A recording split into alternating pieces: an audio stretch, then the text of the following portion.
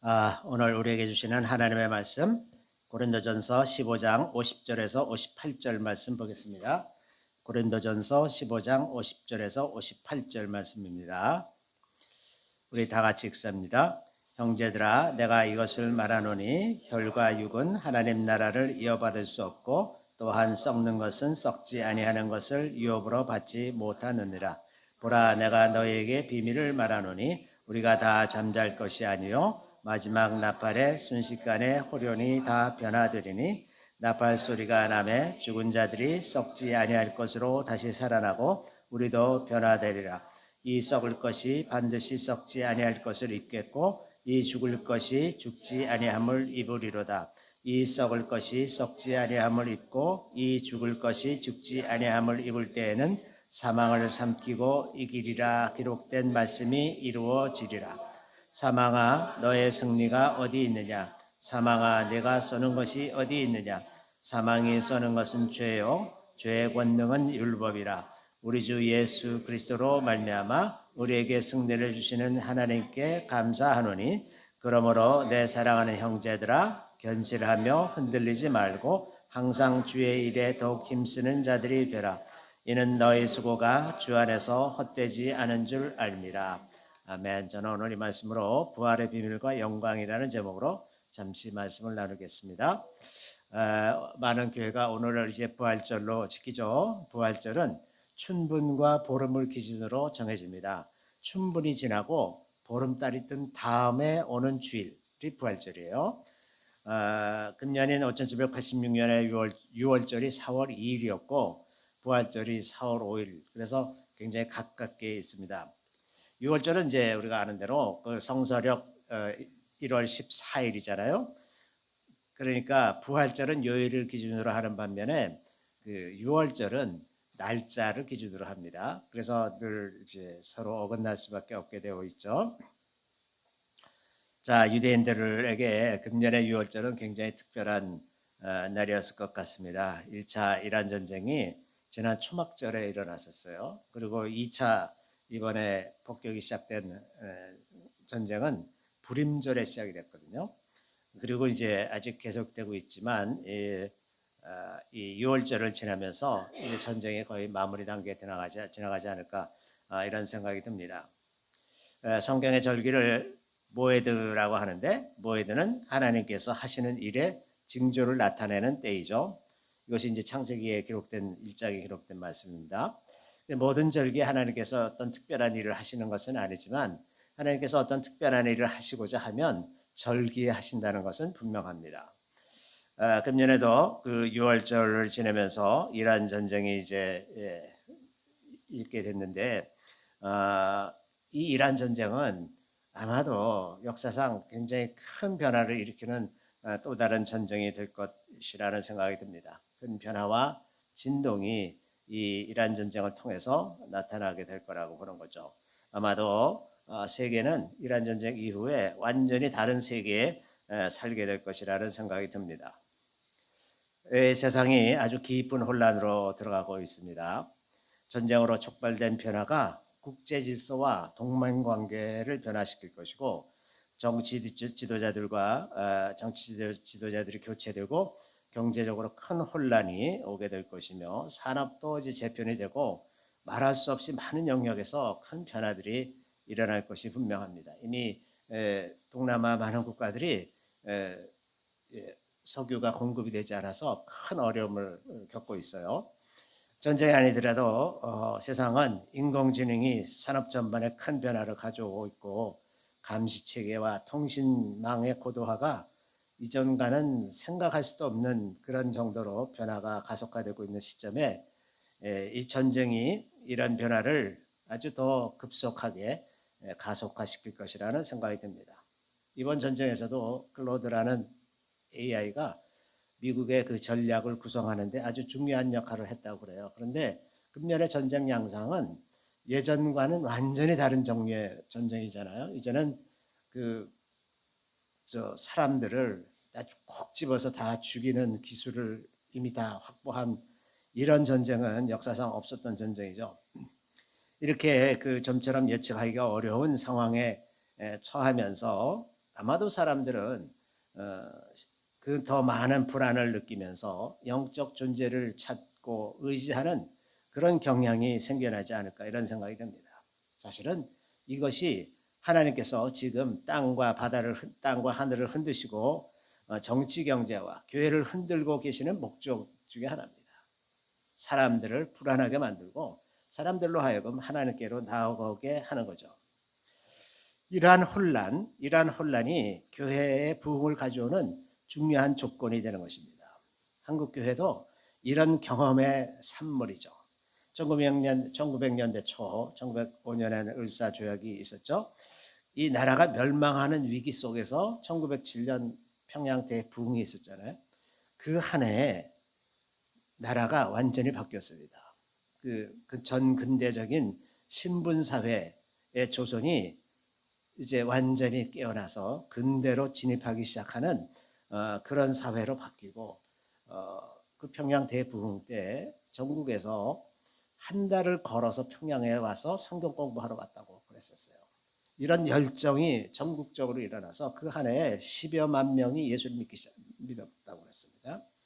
이렇게 해서 전국적으로 또 이제 언어, 한글을 모르던 사람들이 성경을 읽기 위해서 한글을 배우고 이러는 사회적인 변화가 다 그때 일어난 것이라고 하는 겁니다.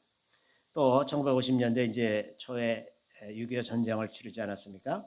전쟁을 치르고 나니까 60년대, 70년대에 교회가 아주 크게 부흥하게 됐는데 그때 이제 많은 사람들이 새벽 기도를 하면서 그 새벽 기도를 경험했던 그 세대가 그 전후에 부흥을 이끈 세대가 되었고 그래서 2차 대전 이후에 독립한 나라 중에서 유일하게 대한민국이 이제 선진국의 반열에 이른 그런 원동력이 되었던 것입니다.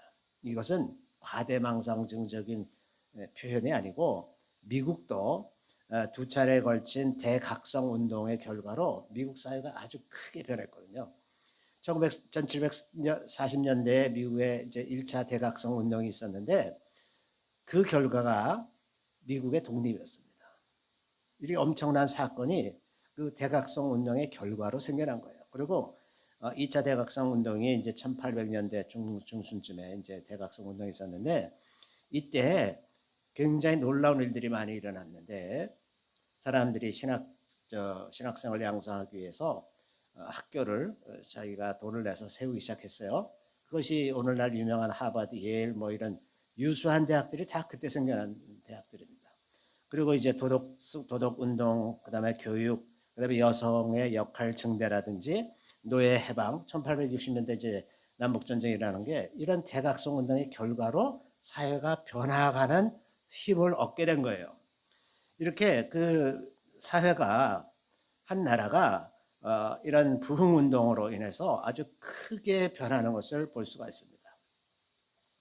이런 대각성 운동의 특징이 그 전까지 교회 중심의 신앙에서 개인의 거듭남과 그 체험적인 신앙을 강조하는 대로 바뀌는 겁니다. 지금도 명목상 그리스도인들이 세상에 굉장히 많이 있어요. 가톨릭 교회라든지 정교회라든지 교회 중심의 신앙을 가지고 있는 사람들은 개인적인 체험, 어떤 거듭났다거나 어떤 영적인 체험이나 이런 것을 별로 중요하게 생각하지 않고 교회 출석하는 것을 중요하게 생각하기 때문에 그 신앙이 굉장히 죽어 있는 신앙과 같은 모습으로 살고 있는 반면에 많은 복음주의 교회에서 이런 거듭남을 강조하고 개인적인 체험을 강조하는 그런 신앙을 갖고 있었기 때문에 이런 것이 결과적으로 사회의 변혁을 이끌었다고 하는 것입니다.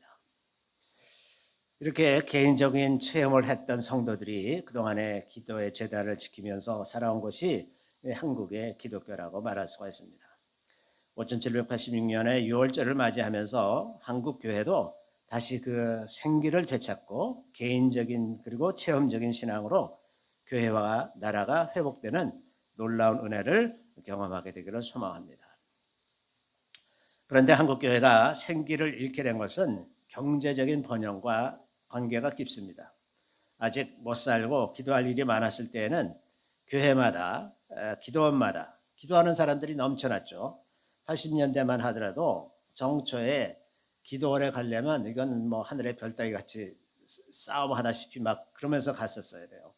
그러니까 전국 기도원이 금식하는 사람들로 아주 가득 찼었습니다. 저도 80년대에 매년 3일씩 금식 기도하면서 지내곤 했었거든요. 그런데 소득이 증가하고 의료보험이 좋아지고 또 기도할 일이 점점 줄어들고 또 이제 곳곳에 아파트 단지가 들어서고 부동산 값이 많이 오르고 그러면서 사람들이 멀리 이사 간단 말이죠. 근데 사람들이 다 교회에서 멀어지니까 교회에서 모이기가 점점 힘들어지는 거예요. 그러니까 수요 예배라든지 금요 철회하러 한다든지 이런 데 사람들이 점점 못 모이게 되고 또 그 한 주에 이틀씩 쉬게 되면서 휴일이 늘어나니까 사람들이 여행을 다니기 시작해서 점차 교회를 빠지기 시작하죠.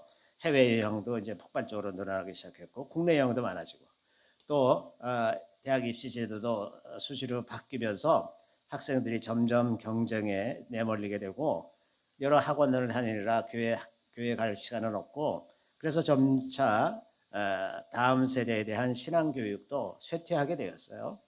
이렇게 그 사회적인 변화가 제가 보기에는 이미 되돌리기에는 불가능한 수준으로 갔다는 생각이 듭니다. 그리고 교회도 예전으로 돌아가는 건 불가능한 그런 상태에 와 있다고 보는 겁니다.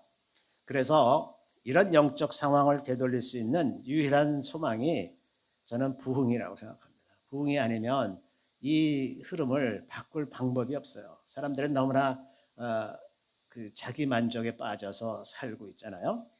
이 부흥은 이 마지막 때에 부어질 부흥은 하나님께서 모든 육체에게 부어주시는 성령으로 시작되는 겁니다. 여기 이제 요엘서 2장 28절에 보면 그 후에 내가 내 영을 만민에게 부어주리니 너희 자녀들이 장래의 일을 말할 것이며 너희 늙은이는 꿈을 꾸며 너희 젊은이는 이상을 볼 것이며 이랬는데 여기 우리말 성경에 만민으로 번역된 이 바샤르라고 하는 단어는 육체입니다. 모든 육체. 그래서 모든 육체에게 성령을 부어주시겠다고 말씀하시는 거예요. 이 육체는 사람의 육체도 있지만 짐승의 육체도 있고 여러 가지 육체가 있어요. 그러니까 이거는 이 바샤르에게 하나님의 영을 부어주시겠다고 하는 약속은 이게 사람뿐만 아니라 제가 보기에는 피조물에 대한 약속이라고 저는 생각이 듭니다. 하나님께서 그 모든 육체에게 하나님의 영을 부어주실 때 무슨 일이 일어나느냐? 사람들이 갑자기 하나님을 향한 마음을 갖게 되고 순식간에 하나님을 알게 되고 그 열망을 갖게 될 것이라고 하는 겁니다. 그러면 복음을 전하기만 하면 바로바로 깨닫고 이해하고 받아들이는 이런 일들이 이제 마지막 때에 이루어질 부흥의 모습이라고 하는 것입니다. 그런데 이러한 부흥이 일어나려면 제가 생각하기에는 현실에 대한 인식 변화가 무엇보다도 필요합니다. 하나님께서 지금 하시는 일도 바로 이러한 현실에 대한 인식 변화를 일으키시려고 하는 것이라고 저는 생각을 하는데 지금 살고 있는 현실이 만족스럽고 마치 이 땅에 영원히 살아도 될 것 같은 그런 마음으로 살고 있는 사람들에게는 아무리 성령이 임한다고 하더라도 이 땅이 좋고 지금이 좋은데 뭘 바꾸긴 안 바뀌잖아요. 그래서 오늘 많은 사람들이 인생에 닥치는 문제를 기도보다는 돈으로 해결하는 사람이 대다수 아닙니까? 우선 돈이 간편하니까 아니 그 기도하려면 그 마음 졸이면서 그냥 한탁게 마음을 모아서 기도하는 게 얼마나 힘들어요. 그러니까 그냥 호주머니에 있는 돈 꺼내서 주면 금방 해결되는데 못하러 그렇게 기도하면서 애쓰면서 살겠습니까? 혹시 기도해서 해결이 안 되면 그냥 체념하고 살고 마음이 괴로우면 요즘에 엔터테인먼트가 얼마나 발달했어. 나를 위로해 주는 게 세상에 이제 널려 있어요. 즐겁고 내 마음을 빼앗아가고 내가 고민하면서 애쓰고 그러지 않아도 되는 그런 엔터테인먼트들이 아주 그냥 즐비하잖아요. 그걸 잠깐 즐기면 되지 내가 못하러 고민하면서 살겠냐 말이죠. 그러니까 우리가 오늘날에는 무슨 어려움이 있고 힘든 일이 닥칠 때 앉아서 진지하게 고민하면서 내가 왜 이랬을까 이렇게 반성하고 내가 이렇게 했었으면 좀 더 낫지 않았을까 내가 이런 것을 좀 잘못했구나 상대방은 왜 그랬을까 이런 생각을 하고 깊이 묵상하고 이러는 시간들이 없이 지냅니다. 돈이 있고 시간이 없으면 돈으로 해결하는 거예요. 그죠? 돈이 시간이 없는데 뭐 돈으로. 자녀들하고 그 대화하면서 좋은 시간을 보냈어야 하는 부모들이 어떻게 하느냐? 그냥 돈으로 다 때우는 거야, 자녀들. 그냥 원하는 대로 다 주고 너 하고 싶은 거 다 해라 이러면서 대화는 안 하고 시간이 없으니까. 그리고 시간이 만약에 있으면 뭘 하느냐? 엔터테인먼트로 들어가는 거야. 무슨 뭐 그런 귀찮은 일을 뭐 신경 쓰이고 괴로운 일을 못하러 하고 있어요. 그냥 자기를 손쉽게 아주 즐겁게 만들어주는 엔터테인먼트가 세상에 널렸는데, 그러니까 이런 사회에서는 자기 성찰을 위한 시간, 이런 것은 참 낭비하는 시간으로 간주되게 마련입니다. 그렇게 우리가 이런 상태에 빠져 있기 때문에 하나님은 우리 삶의 근본적인 조건들을 흔들고 계시는 겁니다. 생각지도 못했던 전염병이나 전쟁, 지진이나 날씨 변화와 같은 자연재해, 또 경제적인 위기, 지금까지 우리가 누리며 살던 안정적인 환경, 이것이 이제 송두리째 무너지는 경험을 하게 되는 것입니다. 지금 이것이 하나님께서 하고 계시는 일이죠. 이런 경험을 통해서 우리는 우리가 살고 있는 현실에 대한 인식을 달리하게 되고 하나님께로 향하는 마음을 갖게 되는 것입니다. 물론 모두가 다 그런 것은 아니지만 더러는 그렇게 된다는 말이죠. 자, 이런 시대에 믿음이라고 하는 것을 다시 되돌아보면 믿음은 궁극적으로 부활에 관한 것입니다.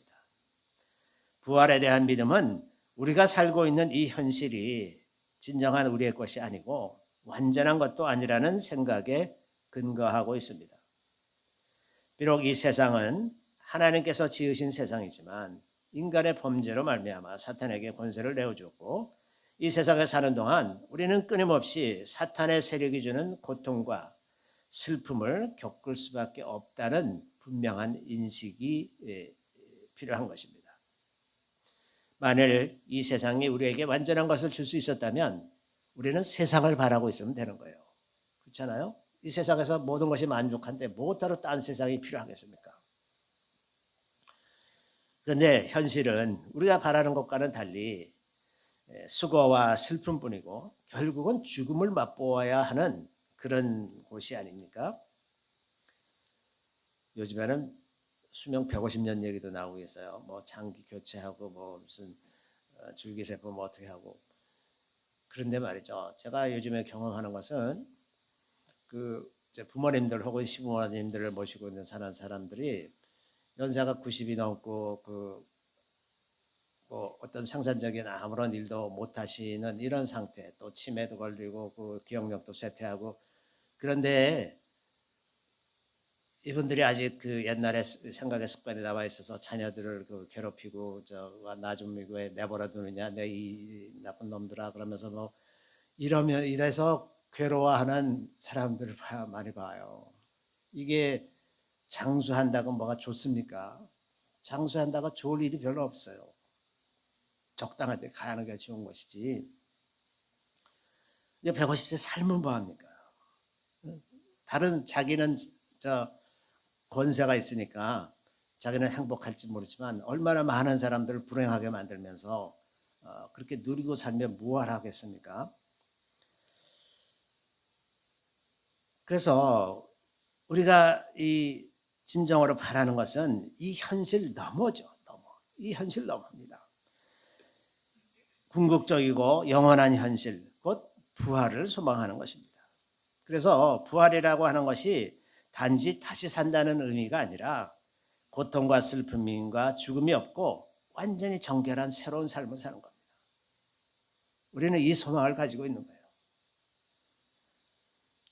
그래서 현실에 절망해보지 않은 사람은 부활을 갈망할 수가 없습니다. 현실에 절망해서 예수 그리스도만이 유일한 답이라는 것을 깨닫지 못하는 사람들은 부활신앙을 가질 수가 없습니다. 예수께서 부활하셨다. 아 그래 고맙다. 땡큐. 그것이 끝이에요. 부활에 들어간다고 하는 것은 완전히 새로운 영역으로 들어가는 것입니다. 부활의 몸은 지금 우리가 살고 있는 이 물질 세계와는 완전히 다른 몸입니다. 예수님이 부활하셔서 제자들에게 나타나실 때 제자들이 이제 사람들이 두려워서 안에서 문을 꼭 잠그고 있었단 말이죠. 들어올 데가 없는데 예수님이 벽을 뚫고 들어오셨어요. 이것이 부활체입니다. 부활체는 완전히 다른 종류의 물질 세계라고 하는 거죠. 또 예수님이 의심 많은 도마에게 내 손과 옆구리를 만져보고 다시는 의심하는 자가 되지 말아라. 그래서 그 부활체를 또 만져볼 수도 있었어요. 그러니까 만져볼 수도 있는데 뚫고 지나가기도 하고. 우리가 도대체 이것으로 제대로 그 부활의 몸을 이해할 수는 없죠. 충분히 할 수는 없습니다. 그러나 분명한 것은 지금 우리가 입고 사는 이 몸과는 완전히 다른 몸일 것이다 하는 것은 분명합니다. 그런데 이 몸은 우리의 지금 영혼과 아주 관계없이 새로운 존재가 되는 것이 아니라 우리 영혼 위에 덧입혀지는 거예요. 그래서 바울이 이렇게 표현합니다. 이 썩을 것이 반드시 썩지 아니할 것을 입겠고 죽을 것이 죽지 아니함을 입으리로다. 덧입는 거예요. 덧입는. 우리 영혼이 새로운 몸을 덧입는 것입니다. 그런데 놀라운 일이 이때 일어나는데 죄와 사망이 영원히 무정하게 갇히는 때, 그때가 바로 이때라고 하는 겁니다. 이 썩을 것이 썩지 아니함을 입고 이 죽을 것이 죽지 아니함을 입을 때에는 사망을 삼키고 이기리라고 기록된 말씀이 이루어지리라. 사망아 너의 승리가 어디 있느냐? 사망아 내가 쏘는 것이 어디 있느냐? 사망의 권세가 완전히 꺾이고 죄가 완전히 사라져서 더 이상 우리가 죄로 인해서 고민할 필요도 없고 사망으로 인해서 두려워할 필요도 없이 안락하고 평안하게 기쁨과 감사함으로 영원히 살 수 있는 그 소망이 부활의 소망이라고 하는 것입니다. 우리를 괴롭히던 모든 고통과 질병, 슬픔과 아픔, 상처와 핍박과 분노와 좌절이 완전히 사라지고 사랑과 평화, 기쁨과 감사가 넘쳐나는 그런 삶을 살게 되는 것이라고 하는 겁니다. 한편 많은 사람들의 현실 인식이 바뀌어야 한다는 이 말은 우리가 이 세상을 위해 아무런 노력도 할 필요가 없다는 말은 아닙니다. 우리는 이 땅에 살면서 하나님 나라가 이곳에 임하게 되도록 노력하면서 살아야 합니다. 왜냐하면 죄와 슬픔이 가득한 이 세상이라도 하나님 나라가 반드시 필요한 것 아닙니까? 이 위로를 받아야 할 사람들이 하나님 나라를 경험하고 위로를 받아야 하지 않겠습니까? 그래야 이 사람들이 하나님 나라를 알고 하나님에 대한 소망을 갖게 되지 않겠습니까? 하나님 나라를 이 땅에서 경험하는 사람들만이 진정한 하늘나라, 영원한 하늘나라를 갖게 되는 것입니다. 이 땅에서 아무런 경험이 없는데 어느 날 갑자기 우리가 하늘나라를 소유하게 되는 것은 아니라고 하는 거죠. 우리가 비록 이 땅에 하나님 나라가 임하게 하도록 노력하기는 하지만은 그것은 완전한 것이 될 수는 없습니다. 그러나 우리가 부분적으로 그 맛을 보면서 사는 거죠. 완전한 하나님의 나라는 오직 예수 그리스도의 재림으로만 가능한 것이라고 하는 겁니다. 우리가 이 땅에서 경험하는 하나님 나라는 부분적이지만 그리스도인들은 반드시 그 하나님 나라를 경험해야 하는 것이고, 그래서 오늘 그 바울이 말미에 이렇게 얘기하죠. 그렇기 때문에 우리는 견고하여 흔들리지 말라. 이 땅에 살아가는 날들 동안 우리가 부활 소망 때문에 흔들리고 이 땅을 무가치한 것으로 생각하는 것이 아니라 오히려 이 땅에 하나님 나라가 임하도록, 그래서 더 많은 사람들이 그 맛을 보고 하나님 나라를 소망하도록 하기 위해서 흔들리지 말며 더욱 주의 일에 힘쓰는 자가 되어야 한다. 부활 신앙을 가진 사람은 주의 일에 더욱 힘쓰는 사람이 되어야 하는 것입니다. 부활에는 단계가 있어요. 그래서 오늘 본문 51절에 이제 이렇게 되어 있습니다. 보라 내가 너에게 비밀을 말하노니 우리가 다 잠잘 것이 아니요 마지막 나팔의 순식간에 호련히 다 변화되리니, 이런 말씀이 있는데 이 말씀은 모든 잠자는 영혼들이 한꺼번에 다 부활한다는 뜻이 아니에요. 마지막 나팔 소리에 모든 다 잠잘 것은 아니다. 모두가 다 잠자지는 않는다. 일부는 일어난다 하는 말이에요. 일부가 일어나는 거예요. 일부가. 그 마지막 나팔의 순식간에 호련히 변화된다고 하는데, 더러는 나팔 소리에 부활하게 되고 더러는 천년왕국이 끝난 다음에 부활합니다. 마지막 순간에 부활합니다. 여기 요한계시록 20장 4절 5절에 보면 또 내가 보좌들을 보니 거기에 앉은 자들이 있어 심판하는 권세를 받았더라. 또 내가 보니 예수를 증언함과 하나님의 말씀 때문에 목배임을 당한 자들의 영혼들과 또 짐승과 그의 우상에게 경배하지 아니하고 그들의 이마와 손에 그의 표를 받지 아니한 자들이 살아서 그리스도와 더불어 1000년 동안 왕노릇하니. 자, 여기까지가 이제 부활이 마지막 나팔소리에 부활할 때 누가 살아나냐 하면 하나님의 말씀 때문에 목배임을 당한 자들의 영혼, 순교자들이죠. 순교자들이 부활합니다. 순교자들이 부활하고 또 한 부류의 사람들은 그 짐승과 우상에게 경배하지 아니하고 이마와 손에 표를 받지 아니한 사람들, 마지막 환란 때 그 환란을 믿음으로 통과한 사람들, 이 사람들이 천년왕국으로 들어가는 거예요. 저는 여러분들이 거의 다 천년왕국에 들어갈 사람이라고 저는 생각을 합니다. 그래서 제가 아니 부러워하고 있어요 지금. 저는 갈지도 모르기 때문에. 네, 이 얼마나 영광스럽습니까? 인류 역사상 에녹 같은 사람도 있었고 엘리야 같은 사람도 죽음을 맛보지 않고 하늘나라에 간 사람들도 있지만 이렇게 대대적으로 많은 사람들이 한꺼번에 죽음을 맛보지 않고 하늘나라 가는 건 대단한 사건 아닙니까? 얼마나 놀라운 사건입니까? 그런데 여러분이 그 대상이 되는 게 너무나 감사한 일이죠. 이 사람들이 천년왕국에 들어가서 왕노릇 하는 것입니다. 그 5절에 보면 그 나머지 죽은 자들은 그 1000년이 차기까지 살지 못하더라. 이는 첫째 부활이라. 그 나머지 사람들은 천년왕국이 끝난 다음에 부활하게 된다는 거죠. 1000년이 지나면 사탄이 이제 잠시 그 옥에서 풀려나와서 곡과 마곡을 미혹하고 마지막 싸움을 하게 되죠.